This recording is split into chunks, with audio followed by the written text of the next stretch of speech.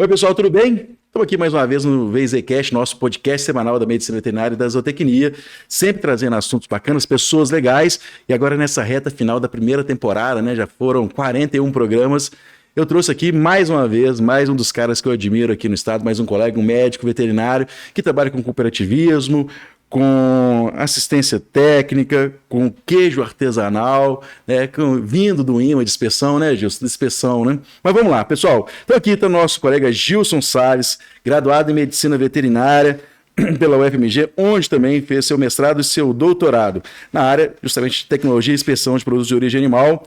Tem especialização em agronegócio, com ênfase em mercados pela Universidade Federal do Paraná e atualmente é superintendente de abastecimento e cooperativismo da SEAPA, da Secretaria de Agricultura e Pecuária do Estado de Minas Gerais, fiscal agropecuário do IMA e leciona as disciplinas nas áreas aí da inspeção, de microbiologia do curso de Medicina Veterinária.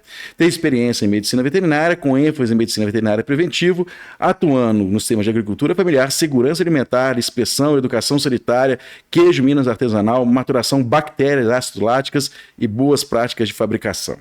Bom, pessoal, estamos aqui com o Gilson. Gilson, obrigado por ter vindo, cara. Você está aí na nossa lista do hall dos importantes da medicina veterinária. Obrigado por estar aqui com a gente hoje, cara. Presente, Bruno. Primeiramente, a gente precisa agradecer, né, o convite nesse espaço aqui assim, tão seleto, né, de pessoas tão especiais e que tem um papel muito importante para a zootecnia e para a medicina veterinária de Minas Gerais e do Brasil, né? Eu tenho assim, uma grande admiração pelo seu trabalho, assim, você sabe disso. Vejo que você aqui na frente do Conselho trouxe um dinamismo, né? Hoje o Conselho tem uma penetração junto aos colegas, os profissionais médicos veterinários, zootecnistas. Isso deve-se muito ao seu trabalho de inovação, de trazer diferente, de aproximar os colegas. Isso é falta de juízo que eles falam. Pois é, mas então, assim, também já tive a oportunidade, né, em outro ano, de ser o veterinário homenageado aqui pelo Conselho. Então, por tudo isso, eu fico muito lisonjeado pelas suas palavras, pela introdução e realmente me sinto muito feliz de estar aqui contribuindo com a medicina veterinária. O objetivo nosso aqui, né, é trazer um pouquinho da nossa experiência profissional, compartilhar nossos erros e nossos acertos, às vezes mais erros, né? Mas a gente vai crescendo profissionalmente com o tempo, aprendendo, né, com o contraditório, com as coisas diferentes, e aos poucos a gente vai se constituindo enquanto profissional e formando profissionalmente e pessoalmente, né, acima de tudo. Legal demais. Gilson, outro dia eu estava andando na rua ali, na escola, na verdade, e aí duas colegas, duas estudantes, mais um estudante de medicina veterinária, falou assim: nossa, como é que eu faço para ser igual ao Dr. Gilson? E aí, como é que faz, cara, para ser igual a você? Fala um pouquinho da sua trajetória aí dentro da medicina veterinária, como é que você trabalhou lá na escola, como é que você resolveu ir para a área de inspeção, como é que você resolveu vir para a veterinária e até onde você está hoje no estado, e falar também o que você faz lá no estado para a gente. Tá certo. Bom, como disse o doutor Obanez aqui, né, eu não recomendo ser igual a mim não, tá? Eu sou um frequentador assíduo, tá, dos podcasts, assisti a maior parte deles e, como te disse, são profissionais assim, que são muita referência para nós, né? Mas eu me formei em 2005 na UFMG, como já foi dito, e diferentemente de outros colegas, eu não tenho familiares ou parentes na medicina veterinária. Então, assim, o meu interesse em fazer medicina veterinária vem muito dos animais mesmo, né? Eu vou até denunciar a minha idade, né? Mas não só pela atração pelos cachorros, pelos gatos, mas principalmente pelos animais silvestres, né? Então, na minha época, eu via muito aqueles documentários na TV Manchete, do Pantanal e da África. Então, aquilo ali me chamou muita atenção. Você é daqui de Belo Horizonte mesmo? Sou de Belo Horizonte, nascido aqui. Meu pai é baiano, né? Baiano de onde que é seu pai? Meu pai é ali da região de Ilhéus, ali do sul da Bahia, e minha mãe de Diamantina. Então, assim, meu interesse pela medicina veterinária, de fato, vem pelos animais. Então, em 2005, eu me formei, né, na UFMG, e a minha graduação, em boa parte dela, eu fiz estágio em várias áreas, na área de nutrição de ruminantes, na área de pequenos, mas, sobretudo, na área de pequenos animais, né, caprinos e ovinos, ali com o professor Irã Borges. Então tinha um programa, né, de cabras comunitárias na região do Jequitinhonha, e a gente mal sabe o tanto que vai ser importante na nossa formação acadêmica aquilo que a gente vivencia durante a graduação. E ali eu tive os primeiros contatos com a agricultura familiar. Você falando de cabra comunitária, só te interrompendo aqui. Reza a lenda, assim, depois tem que até confirmar com o professor Último, o professor Lobão, que eles tinham um programa de cabra comunitária aqui em Belo Horizonte, nas vilas.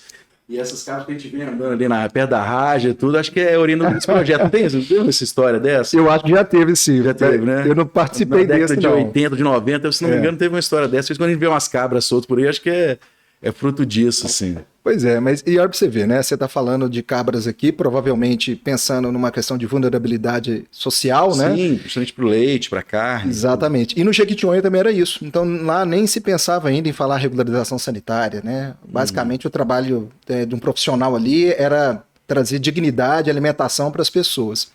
Mas então isso me marcou muito, né? E me trouxe uma experiência de um olhar diferenciado para a medicina veterinária. Onde lá no você trabalhava? A gente rodou muito no Jequitinhonha e também no norte de Minas. Então, Itaubim, Itinga, Francisco Badaró, Genipapo de Minas. Então, teve uma turma boa da Caprino Ovinocultura que eu aprendi muito com eles. Legal. E quando eu me formei, precisava trabalhar, né? Eu fiz a universidade pública também, porque não tinha condição de pagar uma universidade particular. E então tinha um colega que falou que estava formado, colega de sala, né, e disse que já tinha um trabalho, para trabalhar com queijos artesanais. E aí eu falei, poxa, interessante, será que não tem condição de eu levar meu currículo também? E aí levei meu currículo, e aí uma outra profissional que eu tenho uma admiração e me ajudou muito, a Luciana Rapini, deve ser da sua época, inclusive. Sim. Isso, aí ela me selecionou e aí eu fui morar em São Roque de Minas, né, uma cidade com 6.400 habitantes, em 2005 mais ou menos. Não tinha nem celular que pegava na época lá, era só no cemitério, tinha até um Globo Repórter que colocou isso lá na época, não tinha asfalto que chegava na cidade, mas foi um momento assim de muito aprendizado. O Estado tinha acabado de publicar em 2002 a primeira legislação dos queijos artesanais, e aí foi meu primeiro contato também com cooperativismo, né? A empresa ficava em São Paulo. Lá já tinha a Procam lá na época? Pois na verdade, assim, é um pouco até do orgulho nosso, né, profissional, de saber que a gente participou desse processo, né? Então a Procam, o primeiro estatuto, a constituição da associação foi feita por mim naquela época, né? Que legal. Então eu tinha o papel ali de trabalhar com boas práticas de fabricação, boas práticas de ordenha, elaboração de plantas das queijarias, mas principalmente nesse papel de união, né, de tentar trazer os produtores para dentro da associação, mostrar para eles a importância do cooperativismo, do associativismo na defesa dos seus interesses. E naquele momento também tinha um papel da indicação geográfica, né? Estava começando a ser dito. Então, a gente trabalhou muito com a caracterização dos queijos da canastra, umas oficinas de degustação junto com o Estado naquele momento. Você que era uma empresa de São Paulo. Era uma empresa de extensão também? Era de extensão.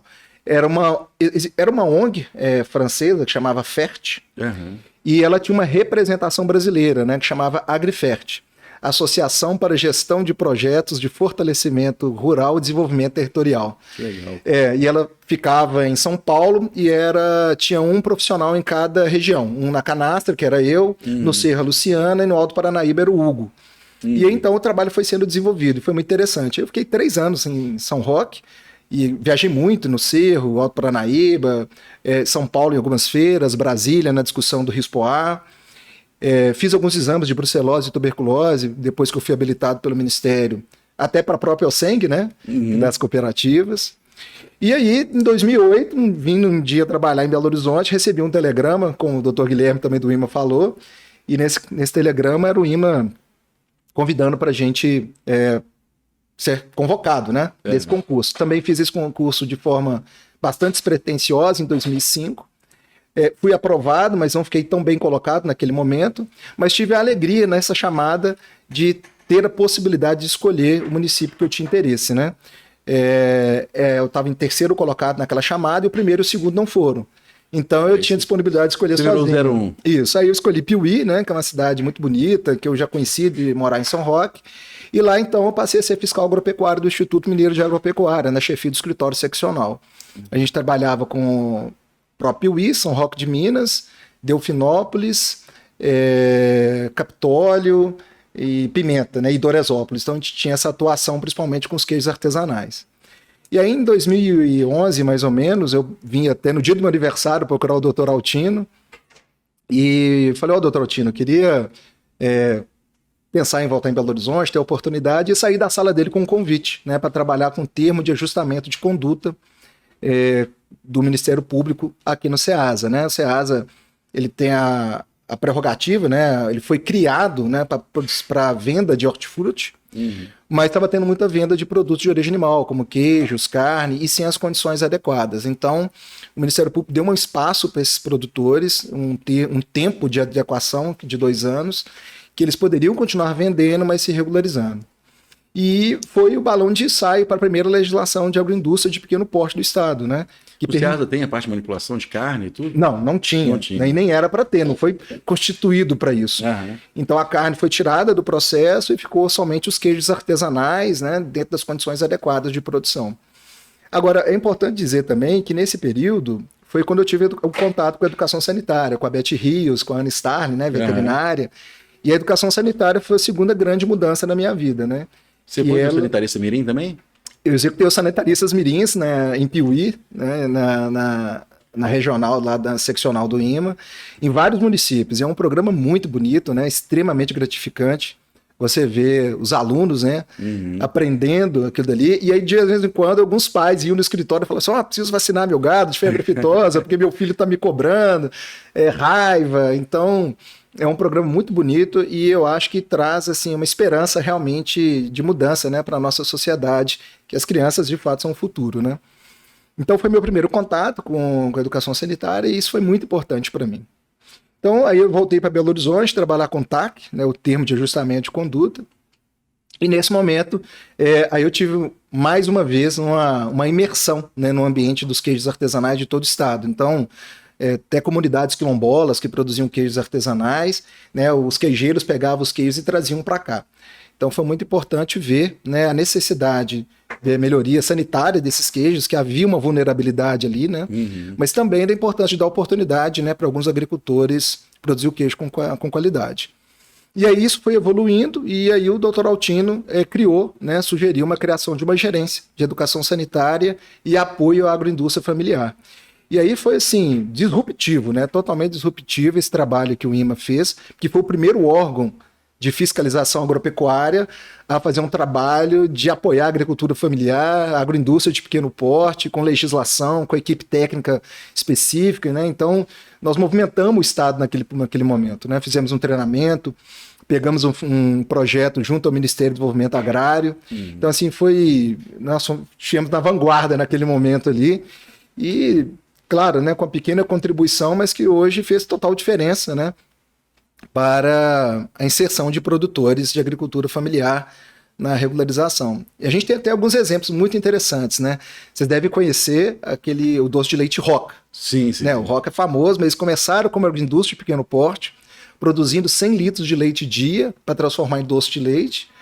Eu conversei com eles ontem, né, até porque eu sabia que ia estar aqui, e eles estão produzindo hoje quase 5 mil litros de leite dia, produzindo doce de leite. Né? O pessoal, vocês não sabem a hora que a gente está gravando, a gente está gravando meio-dia, agora é 20. Ele falando de doce, assim, não tem ideia. O que você está fazendo aqui comigo?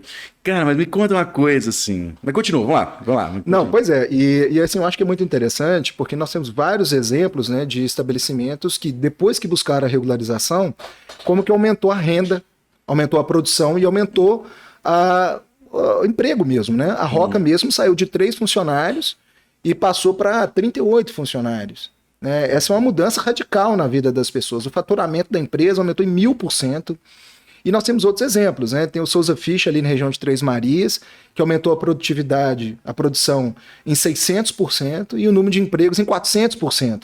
Então esses números assim, são muito importantes para mostrar que a regularização sanitária vale a pena para a população, porque passa a consumir um produto de qualidade, mas também para o próprio produtor, né? Que passa a ter mais renda, oportunidade de emprego. Isso é desenvolvimento local, regional na veia, né? Desenvolvimento econômico, né? É uma política de desenvolvimento muito importante. Isso é importante. E lá na CEAPA agora? Aí você saiu do IMA e foi para a CEAPA, né? E aí, nesse período eu fiz meu mestrado e concluí o doutorado você fez também. Com o Irã, não? Não, o meu mestrado foi com o professor Marcelo, né, que é uma pessoa assim extremamente... Marcelo do Queijo. Marcelo do Queijo, né? Então, mais uma vez o queijo na vida. Mas o professor Marcelo, assim, né, muito competente, uma pessoa extremamente caridosa, cuidadosa, né, atenciosa e muito competente, né? Então, ele tem formado aí grandes profissionais que estão aí dando a sua contribuição para o mundo científico e para a medicina veterinária. Mas foi com o professor Marcelo, aprendi muito, né? No meu mestrado eu trabalhei com queijo de araxá, na maturação, e o doutorado foi com as bactérias aciláticas da canastra. E aí, em 2017, então, eu fui trabalhar na CEAPA, estou lá até hoje, né, trabalhando na gerência, na Superintendência de Abastecimento Alimentar e Cooperativismo, e desenvolvendo, né, todo aquele trabalho ali para o secretário Tales, né, que é da porteira para fora, né? Então, toda a parte de comercialização, de circuitos curtos de comercialização, né, programas institucionais, kit feira, a parte de agroindústria, queijos artesanais e o cooperativismo. E, assim, na vida da gente, profissional, a gente sempre tem profissionais que a gente se espelha e aprende muito. E eu gosto sempre de mencionar o nome dessas pessoas, né, que eu já disse aqui ao longo desse bate-papo, né? Mas claro que o secretário também trouxe muito aprendizado, doutor Albanês, né, trazer esse aprendizado de observar, fazer a leitura das situações. Então, assim, a gente tem crescido muito, assim. Legal. Né? Ô Gilson, me conta aqui, só para o pessoal entender. Você tem ideia no estado hoje quantas propriedades rurais são e quantas são de pequenos produtores? Assim, porque a gente está falando aqui, e às vezes a gente aprende na escola, né, por escala de produção, quer ir lá para um rebanho grande, né, ou quer ver lá um confinamento gigantesco, comprar uma granja.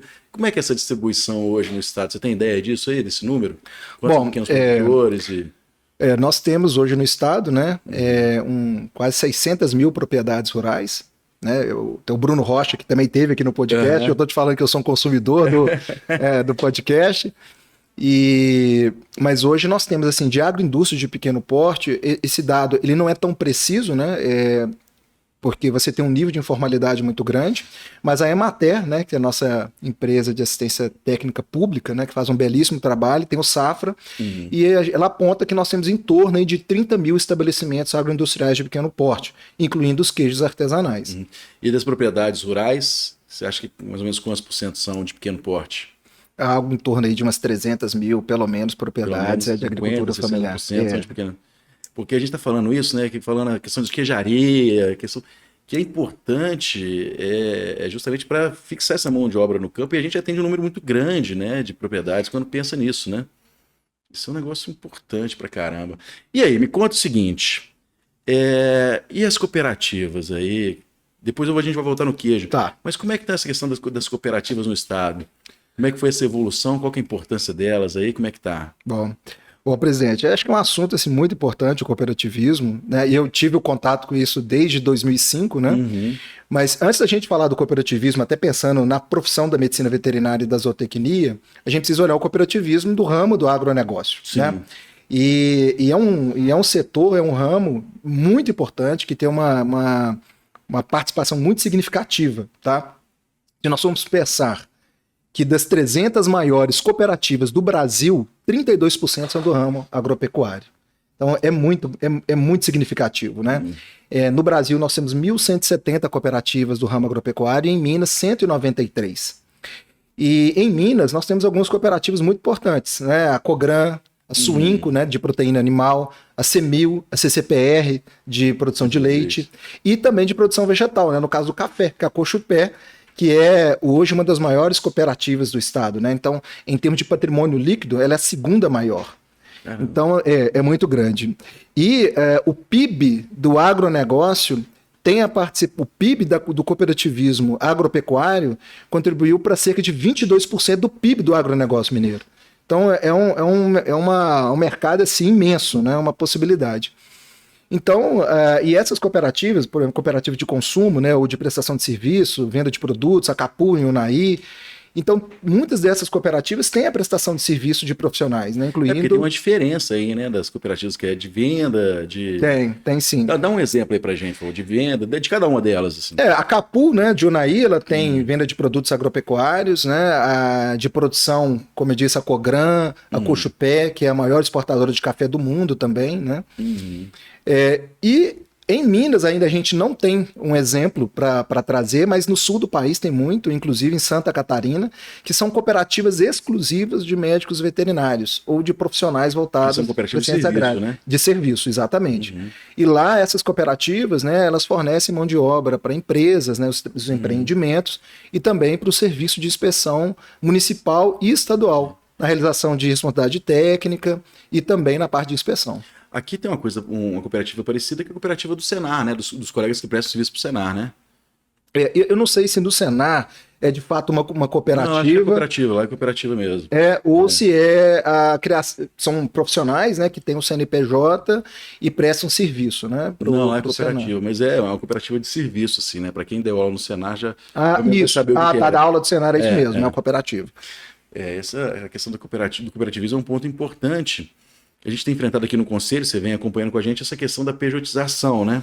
Da mão de obra, todo mundo querendo. E aí o pessoal vem, mas eu sou médico veterinário, vou ter que abrir uma empresa só minha, e aí eu vou ter que pagar contador, vou ter que pagar o registro no Conselho, vou ter que ser RT.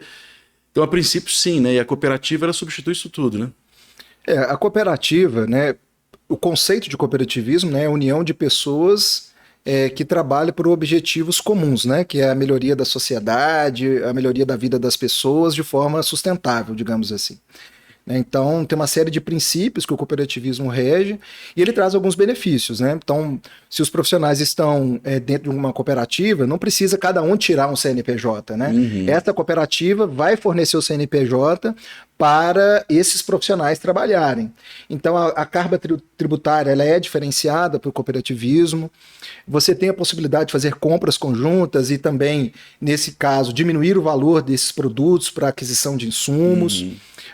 A prestação de serviço, então, enquanto que um grupo de profissionais menor ou pessoas individuais, você não conseguiria atender uma grande empresa, você unindo num cooperativismo, você pode atender empresas maiores, você pode ter a padronização de procedimentos técnicos.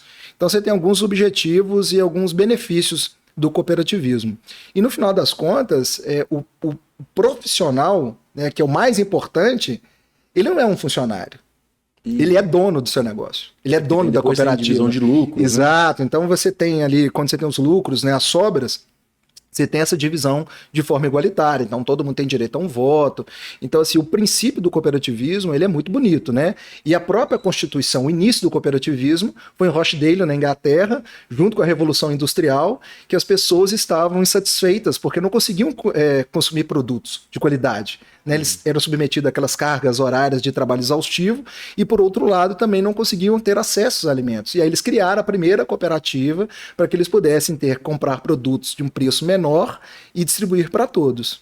E a primeira cooperativa no Brasil também é mineira, né? Ela foi em Ouro Preto, né, em 1889, era uma cooperativa para comercialização de produtos do agronegócio. Legal. Ô Gilson, me conta o seguinte, você com a sua visão do Estado, aí onde que você enxerga que a cooperativa de prestação de serviço, por exemplo, de médicos veterinários e de zootecnistas poderia atuar prestando serviço em que áreas, assim, no geral, em tudo, assim? Nossa, professor Bruno, são muitas áreas, né? São muitas áreas porque a medicina veterinária, né, quando a gente talvez escolhe a profissão, a gente enxerga mais fácil, né, aquela parte da medicina veterinária do atendimento clínico dos animais, mas você tem um universo muito grande. Pelo menos as principais. Então, vamos pôr as três coisas importantes. Tá certo, mas eu tento falar isso com os alunos, né?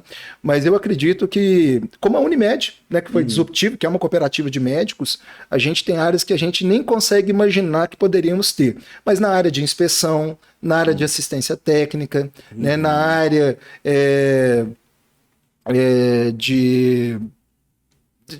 eu acredito que na área de ciência técnica, de inspeção, de RT... É uma área que eu vejo muito, que eu fico muito... Na área de clínica de pequenos... Na área de clínica, mas também na área de medicina veterinária do coletivo, né? Que as prefeituras contratando e tudo. Ah, sim, sim.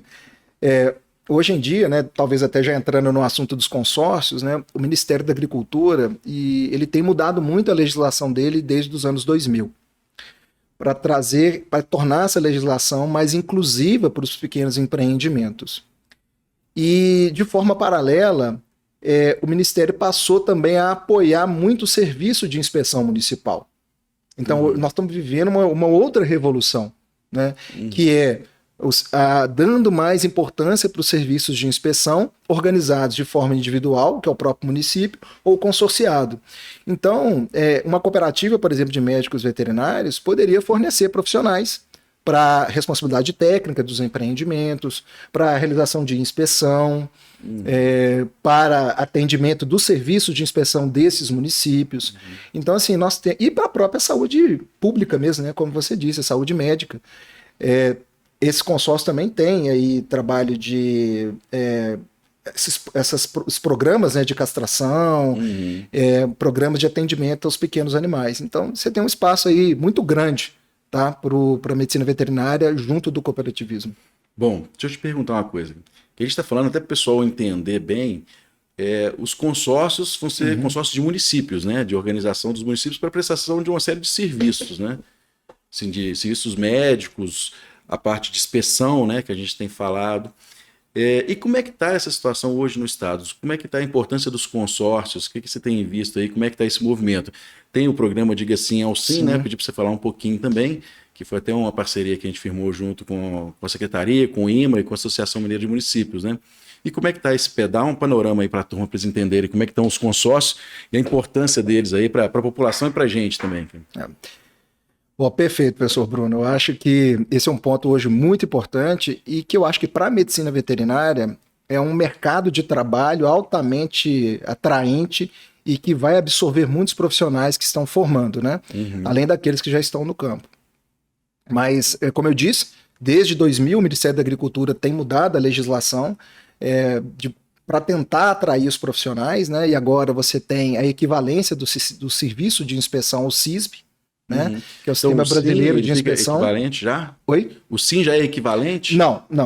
Ele por si só, pela Constituição pura e simples, não. Ele precisa se estruturar, né? Fazer uma solicitação de integração, ele vai ser auditado, né? Documentalmente e também presencialmente, e a partir daí, se o Ministério da Agricultura entender que o sistema, o serviço de inspeção municipal, ele é equivalente ao serviço de inspeção federal, o que significa isso? Ainda que eu utilize mecanismos diferentes, eu alcanço o mesmo resultado, que é a segurança alimentar. Aí esse município vai ter a equivalência, né, junto ao CISB, do Ministério da Agricultura, e vai poder comercializar para todo o país. Então, e aí, hoje, o órgão que audita, né, é o Instituto Mineiro de Agropecuária, credenciado pelo Ministério da Agricultura. Legal. Que isso é importante, né, Gilson? Porque você vai pegar ali o cara que produziu um queijo lá na Serra da Canastra e com serviço de inspeção, mesmo municipal, não precisa ser um CIF, né? Ele, se tiver equivalência, ele comercializa para onde ele quiser, né? Não tem aquela questão mais que só podia comercializar na cidade, né?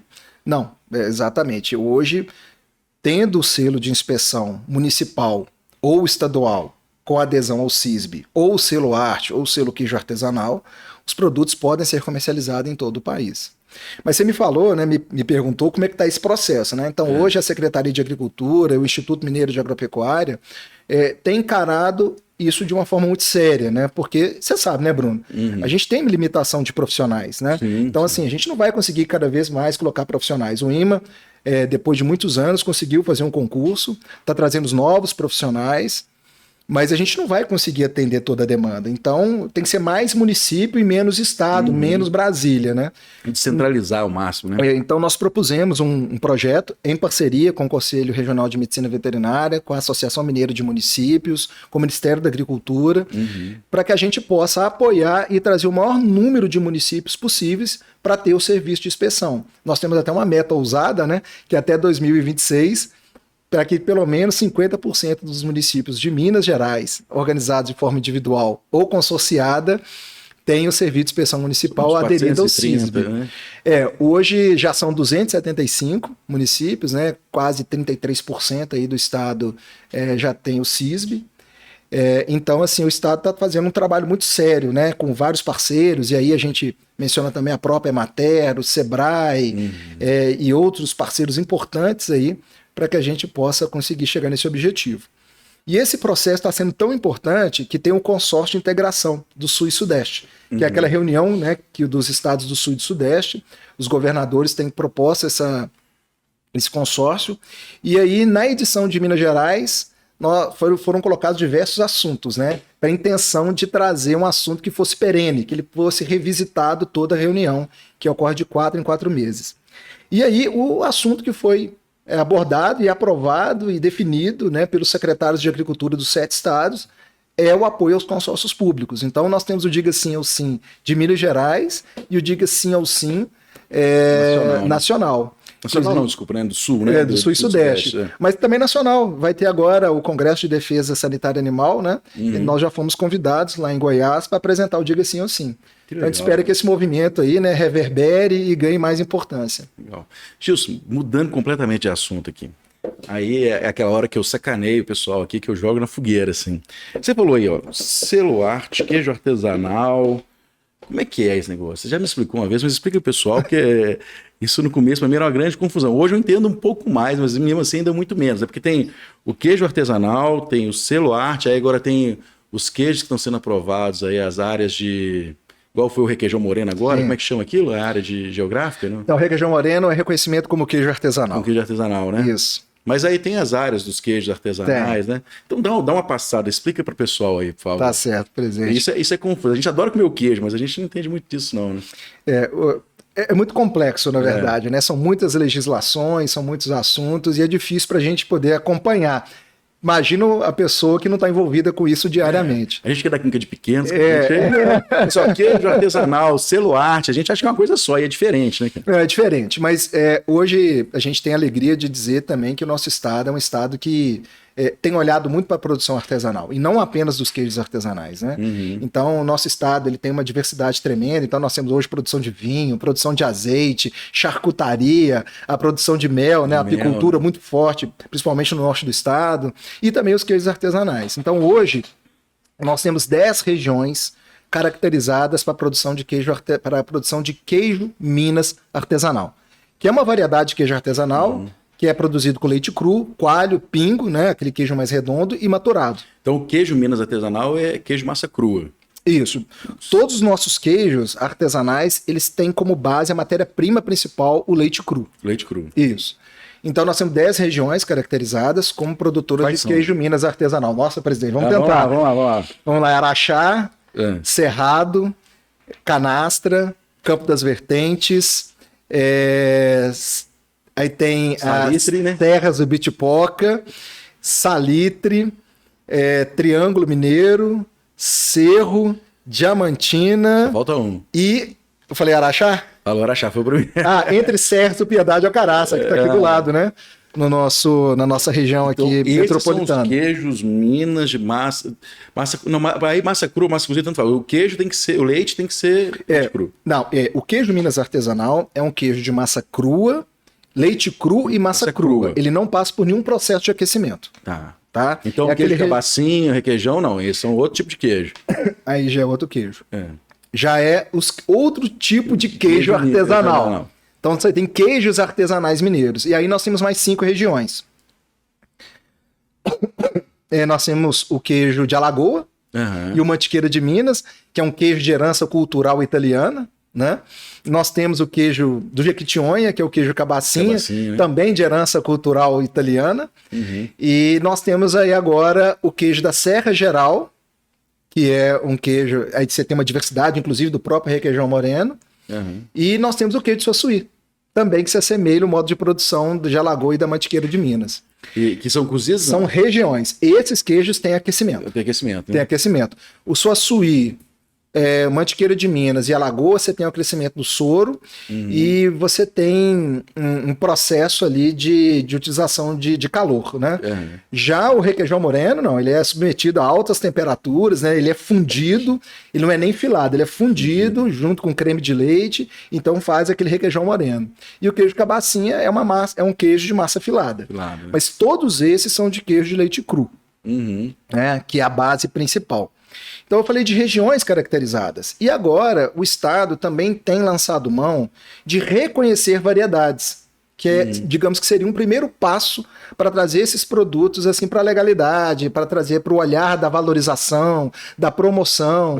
Canonização do queijo, né? Isso, então aí você tem o queijo de casca florida, né? Que é um queijo, aquele que tem um mofo branco por cima, né? Que tem produção com mofos, né? Com fungos.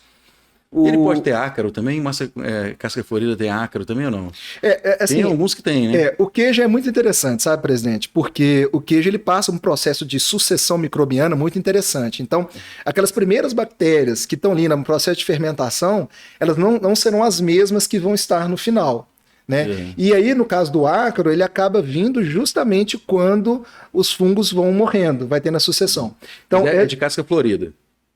De casca florida. No caso dos ácaros, assim, é um pouco, assim como o próprio fungo, é um pouco polêmico, porque nós ainda não temos legislação para abarcar.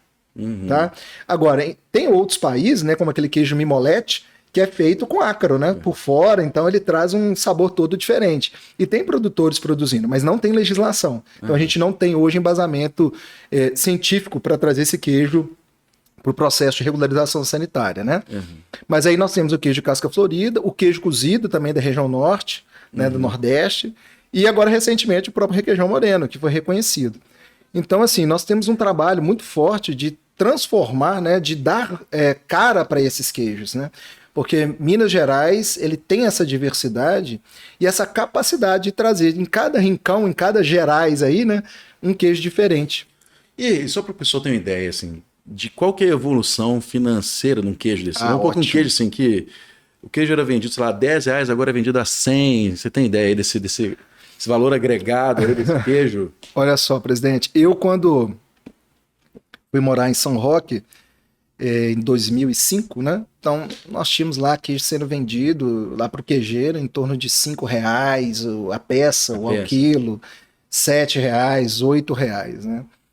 E a gente tem um caso muito emblemático, né? Que é o produtor Zé Mário, né? Muitos devem conhecer o Zé Mário. Zé Mário tem uma propriedade tipicamente da agricultura familiar, produz 9 queijos, não produz mais do que isso. Por dia, 9 queijos por dia? Por dia. E ele vende lá seus queijos lá na porta, de 70, 90, às vezes já está até R$100 já. Mas o Zé Mário, na minha época que eu morava lá, ele tinha um carro mais simples, que era um Fusca, porque ele precisava de um carro potente, porque a propriedade dele está num vale. E se você for lá hoje, ele vai estar andando de troller, né? Então, assim, é uma mudança de vida, né? Traz muita dignidade. E você tem muitos produtores hoje que os filhos estão voltando para a propriedade. Nós temos exemplos, inclusive, de médicos veterinários, né? O Guilherme Capim, lá da Canaça, é médico veterinário e voltou para a propriedade para produzir queijo. E nós temos outros exemplos aí também. Então, não só dos queijos artesanais, mas dos estabelecimentos de pequeno porte, a gente observa que, né, com apoio, assistência técnica, com crédito, com possibilidade de financiamento e legislação adequada, você tem uma possibilidade de regularização sanitária e muda radicalmente a vida das pessoas, né? Passam a produzir um produto de qualidade, produto com característica cultural, tradicional, né? E trazer desenvolvimento regional, porque esse dinheiro fica no município, né? E, obviamente, né, Bruno, quando a gente está aqui na casa do Conselho, e eu tive a oportunidade de participar nesses últimos 4 anos aqui, como conselheiro suplente, o nosso trabalho é trazer mais oportunidade de emprego, né, para a medicina veterinária e para a zootecnia. E hoje a gente pode olhar para esse setor e perceber que nós temos várias oportunidades, vários postos de trabalho sendo criados. Então, mas eu te perguntar o seguinte, assim, nesses postos, assim, aonde que tem o que seria um maior gargalo, mas nem gargalo, os pontos críticos, assim, seria na sanidade lá das produtoras, seria na manipulação ali do queijo, na fabricação ou lá na venda? Assim, onde está precisando a gente ter mais atenção nisso? Onde o médico veterinário precisa estar mais ali? Em algumas situações, até o zootecnista, né? Tem a Valéria lá da Procan, até apareceu foi aonde que eu vi ela outro dia? No Globo Rural, né? Falando lá. Exatamente. Olha, eu acho que o desafio está em todo o processo. Né? Para a medicina veterinária, eu acho que o nosso papel ele começa no rebanho, né? Na sanidade do rebanho, nas vacinações que são obrigatórias, no exame de brucelose e tuberculose, passando pelas boas práticas de ordenha, boas práticas de fabricação, no processo de maturação, de correção de defeito dos queijos, que hoje tem aumentado, né, a diversidade, as diversas receitas. Então, esse papel. E claro que tem na comercialização, né, porque diferentemente do leite que você entrega para a cooperativa ou para uma indústria de laticínios, você precisa vender esse queijo, né? E aí vem também o papel do médico veterinário em convencer, em explicar para o consumidor por que aquele queijo é diferenciado, por que aquele queijo é seguro, por que ele pode ser um pouco mais caro, porque ele não vem só com a questão sanitária, né, professor Bruno? Hoje em dia, o queijo ele traz uma história, né? Ele traz a origem dele, né? Traz origem, traz o sabor, né? Poxa, queijo do salitre é delicioso, né? Eu adoro queijo do salitre. É mesmo? Adoro queijo do salitre, assim. Tem uma acidez, assim, diferente, assim, né? Tem sim. E tem essas diferenças, né? O queijo do salitre é muito gostoso, tem outros queijos também que são muito interessantes. E hoje nós temos essa variedade. Então, assim, a gente pode ficar despreocupado. Quiser fazer um queijos e vinhos, não precisa preocupar com a Europa, não. Pode fazer um queijo e vinho só do Brasil ou só de Minas. Deixa eu te perguntar. Um queijo, a gente tá falando de queijo de leite cru, né? O pessoal que for ouvir que não é médico veterinário, o zootecnista, o queijo de leite cru, ele não vai ter nenhum tratamento contra as bactérias que estão ali, que vão ser desde da vaca até do endordenho, até ali da sala, né? Quanto tempo que é recomendado você comer um queijo desse, que a própria fermentação ali, a acidose dele vai diminuir essa carga bacteriana? A partir de quanto tempo de maturação, assim? Tá, então eu vou revisitar minha formação científica aqui, né? É importante a gente entender que o queijo artesanal ele é um queijo vivo, né? Então eu costumo fazer uma comparação, né? Porque quando a pessoa vai trabalhar com caprino e ovinocultura, acha que é um pequeno ruminante que é igual uma vaca, né? E é completamente diferente, embora sejam os dois, as três espécies sejam ruminantes, né? Mas quando a gente vai trabalhar com queijo artesanal e um queijo industrial, também são produtos diferentes, porque o queijo artesanal é um queijo vivo. Ele tem uma carga microbiana, um acervo bacteriano ali enorme, né? Que vem do ambiente, que vem do leite da vaca, que vem da queijaria e vem, sobretudo, do fermento lático natural. Do pingo, né? Do pingo ou do soro fermento, que é utilizado, por exemplo, no queijo da mantiqueira, né? Então, você tem ali um DNA bacteriano daquele queijo. E essas bactérias, elas vão consumindo a lactose do queijo e produzindo ácido lático, que acaba por inibir outras bactérias, né? E também a produção de outros compostos, inclusive antimicrobianos. Então, durante a maturação, que ela é fundamental para o queijo, você vai ter não só a obtenção de características de textura, cor, sabor e odor diferenciados, mas é o momento que as bactérias ácido-láticas vão fazer o seu trabalho para entregar um queijo de melhor qualidade e seguro sanitariamente. Do ponto de vista científico, hoje, as pesquisas já demonstraram que boa parte dos queijos artesanais, como o da canastra, o de araxá, o do cerrado salitre, você pode consumir esses queijos com 14 dias de maturação, inclusive legalmente pela legislação. Legal. Aquele queijo bem branquinho, né? Que tá ainda quase dessorando, né? Nossa, eu tô aqui pensando, você faz comida assim. Eu tô pensando. Aquele queijo, outro dia eu estive lá na cidade administrativa, naquele evento lá da secretaria. Você me mostrou um queijo do Guzerá lá, 2x2. Nossa, cara, comi o restinho dele outro dia, assim. Tô aqui doido atrás daquele queijo novo. Eu comprei também, sabe? E foi uma delícia. E foi muito interessante que esse queijo é do município de Datas, né? Isso. É do Richard.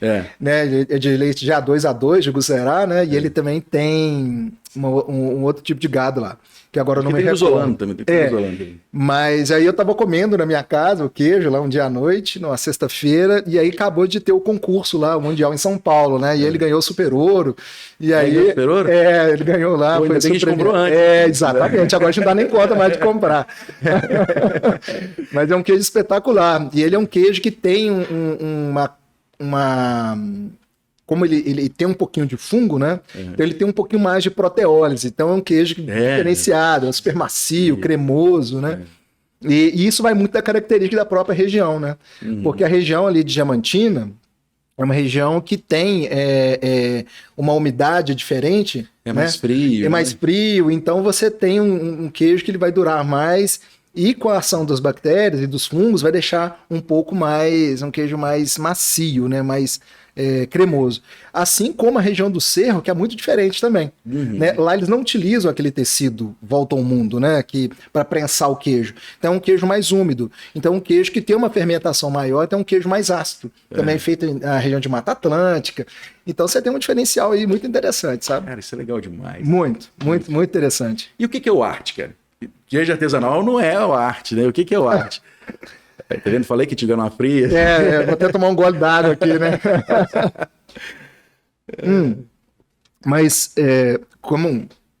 repetindo, né, mais uma vez, o próprio Ministério da Agricultura tem reconhecido a necessidade de mudança de legislação. Minas Gerais, eu consigo enxergar que foi um dos estados com maior participação e participação mais importante nesse processo, né?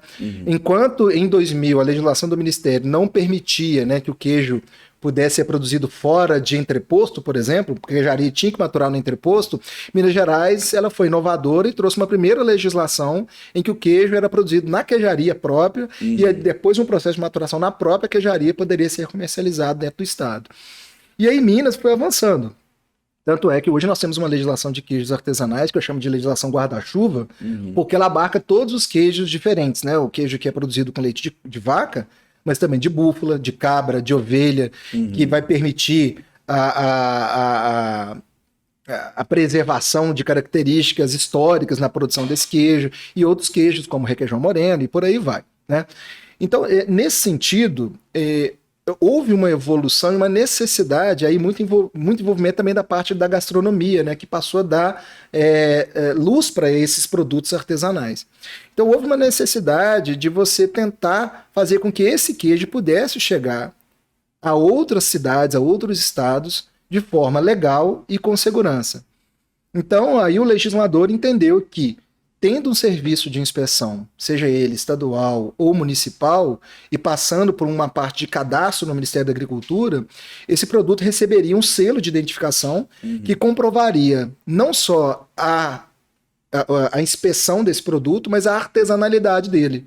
Então, esse é um selo de identificação que comprova, né, ou deve comprovar que está sendo feita uma boa inspeção desse produto, e a artesanalidade dele também, ou seja, é um produto artesanal.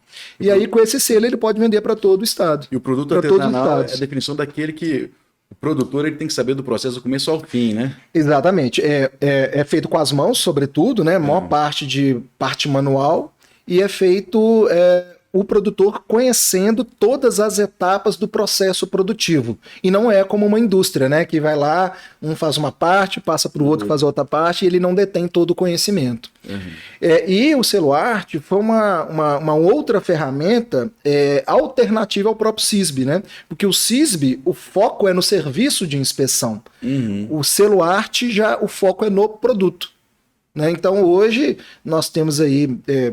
tendo acesso, né, de forma segura, diversos produtos, inclusive de outros estados. Mas para ter o selo arte, tem que ter uma coisa que a gente tem que evoluir, o Ministério tem trabalhado nisso, que é a rastreabilidade, né? Que é aquilo quando os franceses vieram, né? Falaram, não, a gente vai lá no supermercado, compra o queijo, e se der um problema, consegue rastrear a cadeia toda, né? Assim, presidente, a produção artesanal, ela é muito bonita. Né? Ela traz aí, como a gente já disse, cultura, tradição e tudo mais. Mas ela tem que vir junto também com uma responsabilidade de quem produz. E aí a rastreabilidade ela é fundamental. Com a indicação geográfica você pode buscar a rastreabilidade de ponta a ponta, né? Mas é importante você ter a segurança alimentar nesses produtos. Então, a sanidade do rebanho, né, os animais serem todos identificados, vacinados, e os exames serem realizados pensando em queijo, né? E aí o Ministério tem trabalhado muito nisso também, que é essa questão da certificação, né? Certificação como livre de brucelose, tuberculose e outros processos, né? Que é a coroação do processo como um todo, né? Caramba. É uma viagem. É uma viagem, assim. Gilson, olha, eu tô vendo aqui, já passou nosso tempo, claro, como sempre, assim, e falando de queijo, falando de cooperativa, falando do seu serviço lá, a gente pode ficar aqui, acho que algumas horas, assim, mas a gente tem que encerrar, cara. Quero te agradecer por vir aqui, fugir lá, falar com o Thales, roubei você um pouco, você vir aqui para a gente conversar. Sei que está cheio de ocupações lá, cheio de mudanças lá na secretaria, mas obrigado por ter vindo, obrigado por ter participado. Esses 2 assuntos que a gente discutiu são assuntos que a gente vai ter que conversar mais, a questão do queijo artesanal, a questão do cooperativismo dentro do serviço médico veterinário e da zootecnia. E obrigado, cara, obrigado por ter vindo, foi bacana, assim. Eu queria conversar mais, mas o pessoal, olha, a Natália fica querendo me cortar aqui, eles falam que vão cortar a luz, vão achar o ponto. Ô, professor Bruno, mais uma vez, assim, sou eu que agradeço o convite. Vejo aqui, né, como espaço assim, muito importante para a gente divulgar os trabalhos da medicina veterinária e da zootecnia e assim, poder dar uma contribuição, né, para o nosso meio, né, a formação profissional das pessoas. Então é um espaço, assim, o bate-papo é muito legal, é muito gostoso. Bom, né, cara? Isso aqui é gostoso. Então eu agradeço muito, assim, pelo convite. E eu queria só fazer uma complementação, tá? Fala aí, diga aí. O nosso queijo está tão famoso, né, digamos assim, né, que nós estamos concorrendo, né? O queijo Minas artesanal, agora no final de 2024, a gente pode ter o reconhecimento pela Unesco, né, como queijo Minas artesanal como patrimônio imaterial da humanidade. Então aí vamos cruzar os dedos, né, torcer. Esse é um fruto de um trabalho muito grande, assim, de diversas instituições, e eu acho que se a gente conseguir isso, de fato, vai ser uma mudança, mais uma grande mudança no setor. Já poder levar aqui para a França sem ser escondido em mala, né? Exatamente. Em Marrocos nós levamos de forma legal. Que bom. Então, isso é importante. Então, mais uma vez, obrigado pela oportunidade e estou à disposição, sempre. E parabéns pelo trabalho aqui na frente do Conselho. A gente vê que, né, você, assim, com seu jeito inovador, dinâmico, trouxe muita mudança, aproximou muito os profissionais, uma atenção especial também às mulheres, né, que é muito importante. Então, assim, fico muito orgulhoso de estar fazendo parte e aprendendo aqui no Conselho. Obrigado. Você é um dos nomes que vai aparecer muito ainda na medicina veterinária. Você sabe que você está no radar do professor Nivaldo há muito tempo e aí entrou no nosso radar e falou assim, o Gilson agora entrou no sistema e não sai mais, cara. Obrigado mais uma vez. Pessoal, encerramos por hoje. Muito obrigado. Nos vemos na semana que vem. Lembre de nos seguir nas redes sociais, de compartilhar aí quando vocês receberem pelo WhatsApp, ou virem lá no YouTube, no Instagram, no Spotify, no Deezer, onde tiver, né, compartilhem, mandem sugestões para a gente conversar aqui e na semana que vem nos vemos. Tchau, tchau.